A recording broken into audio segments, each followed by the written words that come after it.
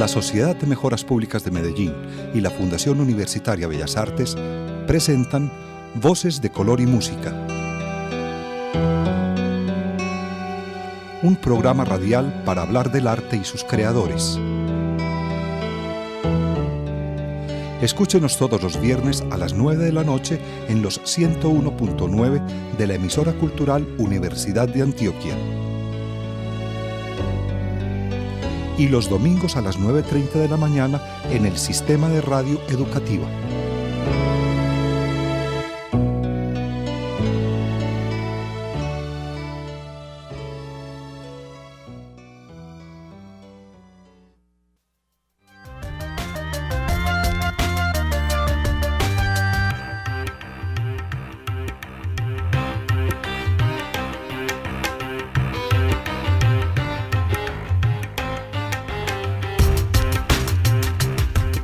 Bienvenidos a Voces de Color y Música, el programa radial de la Fundación Universitaria Bellas Artes y la Sociedad de Mejoras Públicas de Medellín.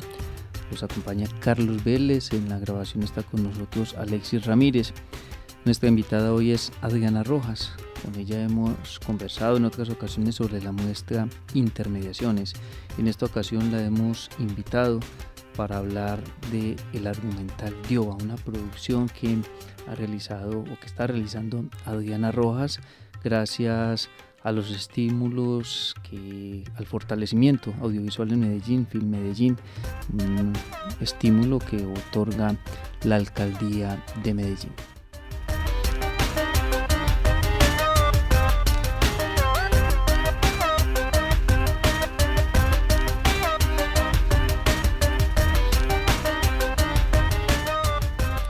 Muchas gracias a Adriana Rojas por estar con nosotros nuevamente en Voces de Color y Música. Está preparando una nueva versión de la muestra de Intermediaciones, esta muestra que presenta el video arte en Medellín. Hola Carlos, muchas gracias por tu invitación y bueno, te cuento que sí, que este año nosotros vamos para la 5ª versión de Intermediaciones. Y estamos preparando una versión donde queremos hacerle mucha fuerza al video performance. Es como la temática que queremos hacerle fuerza. Destacar este año.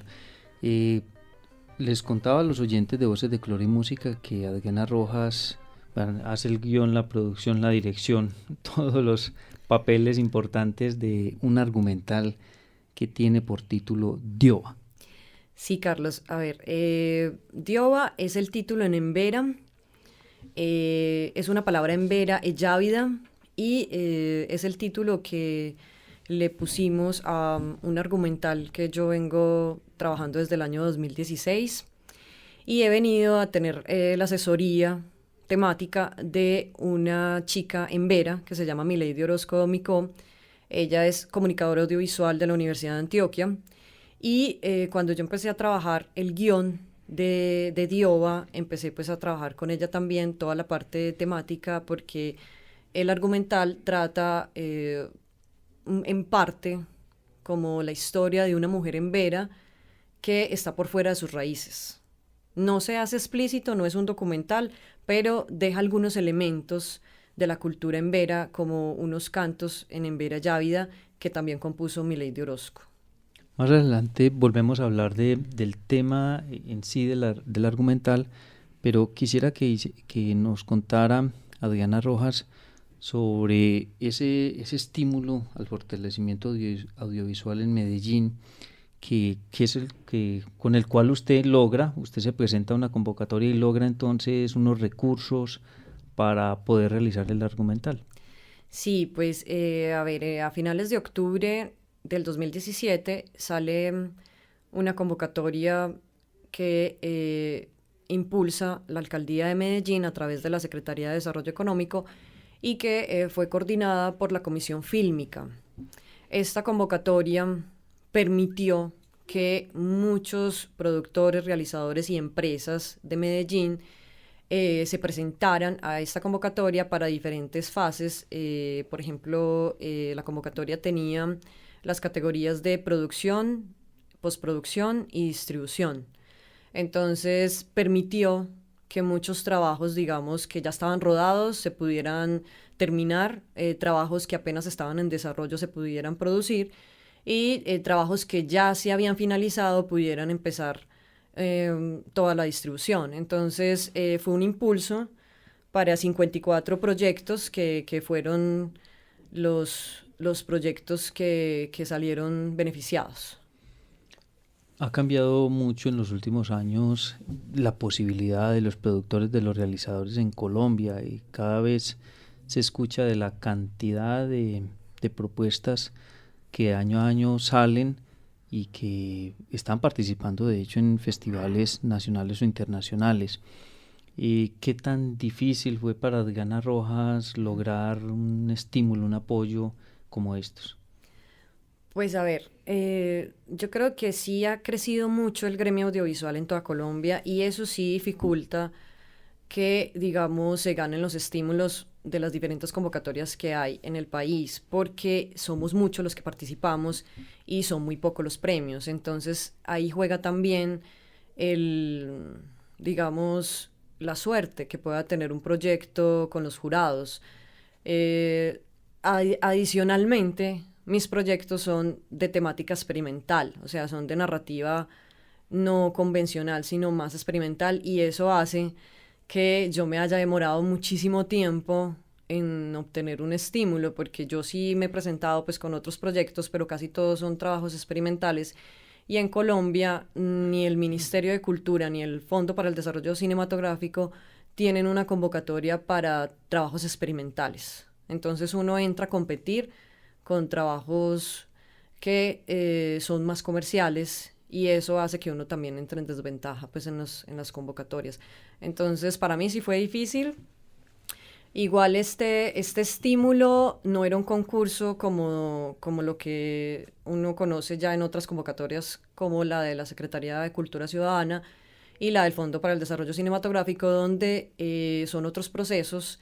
Este era un estímulo que tenía una bolsa, y la bolsa se distribuía por unos puntajes y por orden de llegada de postulación. Entonces esto hizo también que fuera diferente el mecanismo de distribución de los recursos fue diferente pues a como también se hace en las otras convocatorias. Pero esta es la primera ocasión en que Adriana Rojas obtiene un estímulo, ya sea de la alcaldía de Medellín o del gobierno nacional. Sí, es la primera vez. O sea, yo desde el 2016 he venido a trabajar como realizadora audiovisual independiente, pero casi todos los proyectos que yo he sacado ha sido de mi bolsillo y con colaboración de otras personas que en equipo hemos puesto pues como los recursos para hacer proyectos audiovisuales. Pero sí es la primera vez. También me he presentado varias veces a la Secretaría de Cultura Ciudadana. Antes se llamaban becas a la creación, ahora creo que se llaman becas de arte y cultura, bueno, no me sé el nombre completo. Y durante 3 años quedé segunda en esas convocatorias, pero a los de segundo puesto no les daban nada. Entonces, bueno, esa fue otra historia. Y en el Fondo para el Desarrollo Cinematográfico me he presentado y he llegado a pitch, pero no había pues como tenido otro estímulo. Bueno, y este argumental de OVA que es el que está produciendo en estos momentos Adriana Rojas, empecemos a contarle a los oyentes de dónde surge la idea y cuál es la propuesta, y si esa propuesta entonces me imagino también está enmarcada en lo que ha sido su trabajo de ser un producto experimental. A ver, no me tengo que ir como muy atrás, porque digamos que la historia de Dioba he venido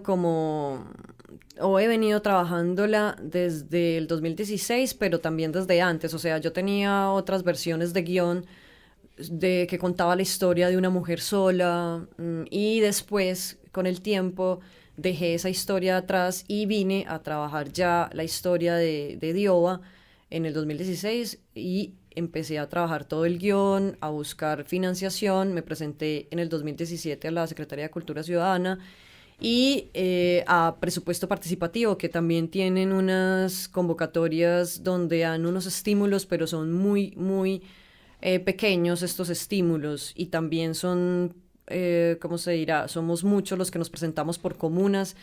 Y bueno, entonces Dioba, en el 2016 empecé con una versión de guión y empecé a consultar con mi Lady Orozco Domico toda la parte temática de la cultura embera. Entonces ya hice una investigación sobre la cultura embera, empecé a leer mucho sobre cuáles eran las costumbres.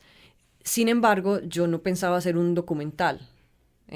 Siempre he tenido claro pues que en este trabajo era un trabajo más de ficción, y creé una historia de una mujer solitaria que tiene un conflicto interno por no estar dentro de su cultura embera.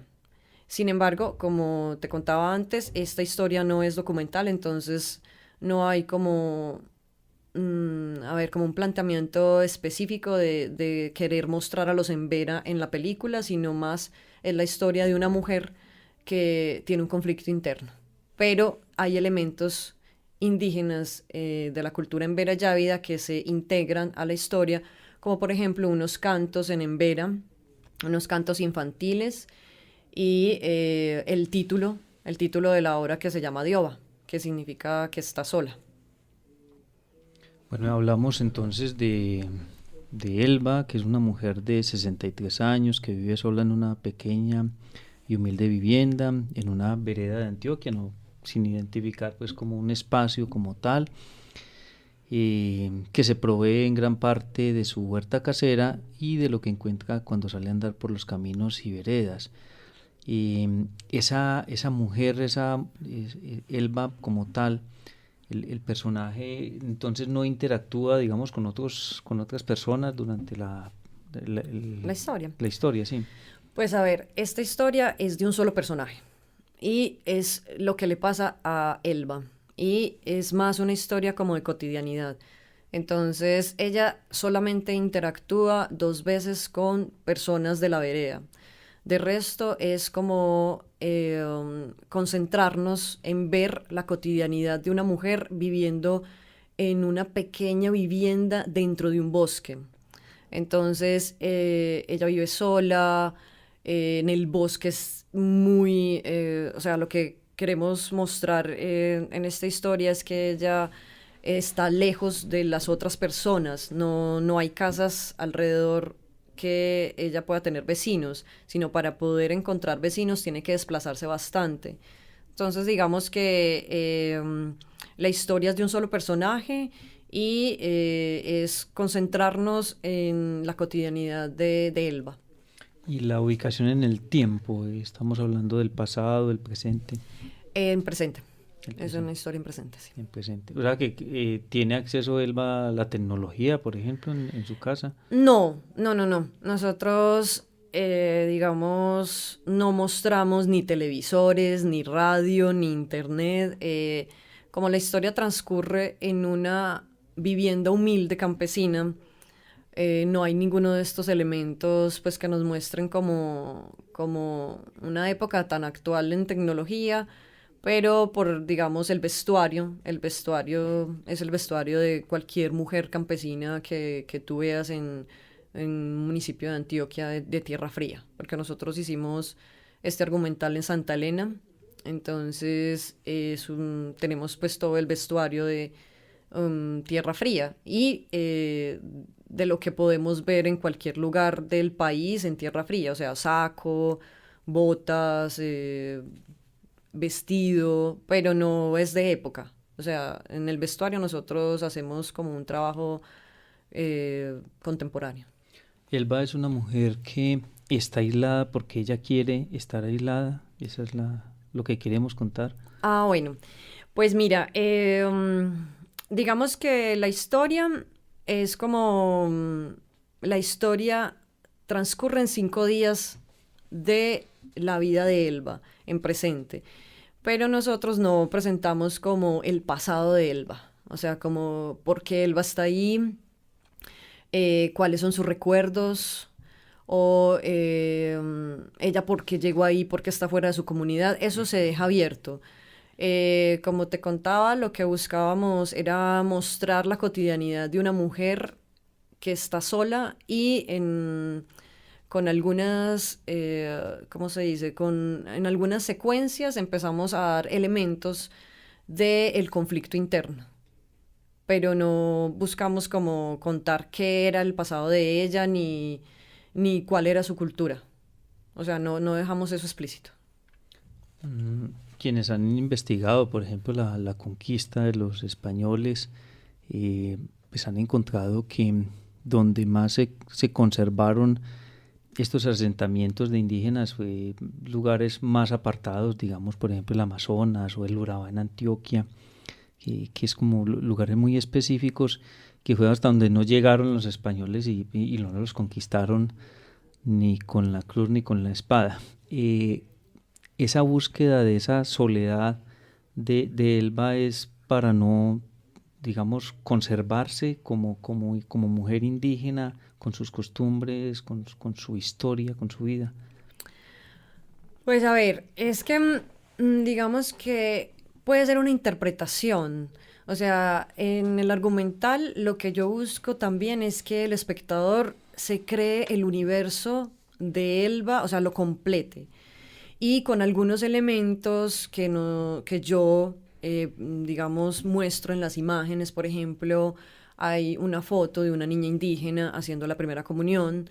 Entonces hay unos elementos que van a ir mostrando un poco la relación afectiva que tiene Elba con ese pasado. Pero entonces, cuando me hablas ya como de la cultura indígena y de si podría estar muy presente en las imágenes, no es como tan evidente porque, digamos, en las comunidades indígenas está muy presente la vestimenta, las artesanías, la pintura facial, y Elba está por fuera de la comunidad. Elba es como decir un híbrido entre mujer campesina y mujer indígena. Entonces, lo que sí está muy presente en la historia son los cantos en embera. Y esos cantos tienen una fuerza narrativa importante y que eso va como a permitir conectar a Elba con esas raíces indígenas. Pero no va a ser, como te contaba, no va a ser algo muy explícito de contar la historia de los Embera Yávida. Esa, digamos, como condición de experimental que nos han mencionado en las producciones de Adriana Rojas, ¿cómo se ve reflejada en esta producción? Pues a ver, digamos que en el cine experimental hay como elementos en la imagen que empieza uno a trabajar más, por ejemplo, en transiciones, texturas, entonces, por ejemplo, texturas del bosque, los sonidos, que ya uno hace un trabajo en el montaje en el cual no se está contando una historia aristotélica, sino que uno puede trabajar el tiempo e intervenir las imágenes para que la historia, digamos, pueda parecer un sueño o pueda parecer un recuerdo o como algo que no está conectado con lo que venía del día. O sea, hay elementos experimentales en las imágenes que uno interviene y que ya en la narración empiezan a verse como distintas a lo que uno está acostumbrado a ver en el cine, no sé, convencional. Porque en el cine convencional tratan siempre como de darnos un principio, un desarrollo y un final. En el cine más experimental, por ejemplo, puede que el principio no esté tan definido y que en el desarrollo tenga una cantidad de elementos estéticos que nos puedan presentar como una historia no redonda y que el final sea abierto. Entonces, en Dioba, por ejemplo, yo hablo de que tiene elementos experimentales porque es una historia abierta, es una historia casi que sin diálogos. O sea, nosotros en Dioba vamos a ver solamente una conversación. De resto es un trabajo muy contemplativo y, como te digo, hay elementos en las imágenes que ya en el montaje uno trabaja para que puedan parecer más como símbolos o elementos oníricos. Entonces eso hace que también la narración se vuelva más experimental. Para este trabajo, Dioba, usted tiene una actriz, digamos, alguien que haya estudiado teatro, es una actriz natural, ¿cómo lo hizo? Bueno, eso fue un proceso largo, o sea, yo vine a trabajar durante 6 meses, aunque no eran 6 meses intensos. Trabajé con Hilda Domicó, ella es una líder indígena en Vera Yávida, que trabaja en la Organización Indígena de Antioquia, y con ella íbamos a trabajar el personaje. A ver, yo iba a elegir una persona indígena, pero además una actriz natural, o sea, o no profesional, como que también está ese nombre, actriz natural o no profesional. Entonces ella, por cuestiones laborales, no podía continuar en el proyecto, y después hice otra fase, una fase de búsqueda intensa de mujeres indígenas que vivieran ojalá en Medellín, para que me permitieran hacer ejercicios con ellas, digamos, de trabajo de actuación. Y entonces, en una fase de un mes, empecé a establecer entrevistas y a reunirme con varias mujeres indígenas de diferentes lugares, porque no eran todas de Yávida. Ya después, en la segunda fase digamos, del casting, nosotros trabajamos con otras mujeres indígenas de otras culturas, habían dóvidas. Y bueno, y ya después encontré a Inés Góez, es una mujer indígena yávida que nació en Dabeiba. Y ella, en todos los ejercicios que empezamos a hacer de actuación y en todas las fases que empezamos a trabajar con las diferentes mujeres indígenas que estaban en el proyecto, ella empezó a mostrarnos que tenía muchas características del personaje. Además, ella era como una esponjita. Las indicaciones, los gestos, lo trabajaba muy bien. Con muy breves explicaciones, ella alcanzaba a entender cuál era cuál era el propósito de las escenas. Entonces se eligió a Inés Góez y fue una maravilla. O sea, fue hermoso haberla encontrado. Creo que ella nos dio mucho del personaje. Digamos que ella complementa y le da vida a un personaje que digamos, pues para mí era como un personaje de ficción, pero ella llega y le da esa vida y le da ese carácter de presencia que yo no lo había imaginado. Entonces ella completa el personaje de una manera muy, muy bonita. Y además de esta actriz natural, Inés Góez, ¿qué otras personas, digamos, están alrededor de la producción? Bueno, el equipo de trabajo artístico y técnico son profesionales que están trabajando en audiovisual en Medellín. Entonces, por ejemplo, el equipo de fotografía lo conforman profesionales egresados de la Universidad de Antioquia de Comunicación Audiovisual. Y el equipo de arte es un equipo conformado por profesionales que se dedican a la dirección de arte en cine en Medellín. El asistente de dirección es un chico que ha venido trabajando con un colectivo que se llama Caminantes y ha hecho documentales y argumentales que le han dado la vuelta al mundo. Entonces tuve la fortuna de poder convencer a un equipo muy profesional a viajar como con este sueño de hacer esta película. Y bueno, también los chicos de sonido son profesionales. Carlos Arcila ha trabajado desde hace 10 años como sonidista en Medellín y en Colombia y en el mundo. O sea, los trabajos de él son trabajos de una gran calidad, y él ha trabajado pues con gente no solo de Colombia, sino de otros países. También tenemos dentro del equipo artístico algunas personas de Santa Elena, pues algunos figurantes que trabajaron con nosotros. Y en este momento es la etapa, y ya se terminó toda la grabación y está ya empezando la postproducción. Sí, o sea, nosotros finalizamos rodaje el 24 de marzo y ahorita pues ando en todo el proceso de visualizar el material y hacer un primer corte de edición para empezar a buscar patrocinios, convenios, coproductores en toda la fase de postproducción, que es una fase pues costosa, y espero pues que este año pueda avanzar mucho en esa fase de postproducción.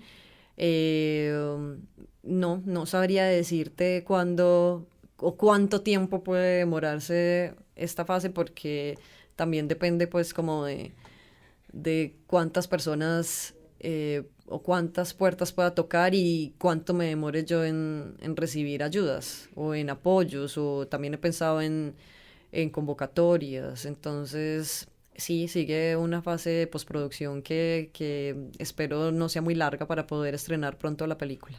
Pero el estímulo que recibió de la Alcaldía de Medellín entonces era solamente para esta parte de producción. Sí, el estímulo, como te conté antes, entonces tenía 3 etapas para producción, producción, postproducción y distribución. Yo apliqué a la de producción, y en esa fase solamente nosotros llegamos al rodaje.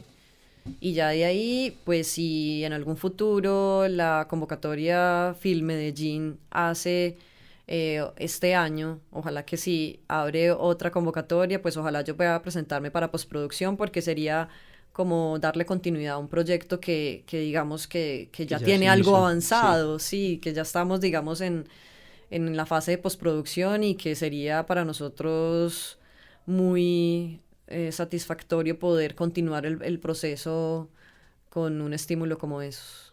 Y que después venga el de distribución, que ese es otro tema. Sí, sí, ese es otro tema largo. Bien complicado. Agradecemos a Adriana Rojas por estar con nosotros en Voces de Color y Música. Le deseamos muchos éxitos con Dioba, que pueda ver la luz al final, realizar esa etapa de postproducción y luego encontrar la posibilidad de distribución para que muchos espectadores puedan conocer la historia de Elba. Muchas gracias, Adriana, por estar con nosotros en Voces de Color y Música.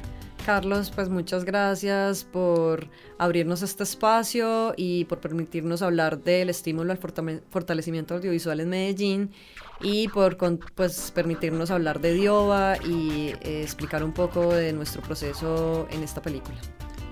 Agradecemos a Lacey Ramírez, estuvo con nosotros en la grabación del programa radial. Les recuerdo que pueden escucharnos también en el canal de YouTube. Allí pueden encontrarnos como programa radial Voces de Color y Música.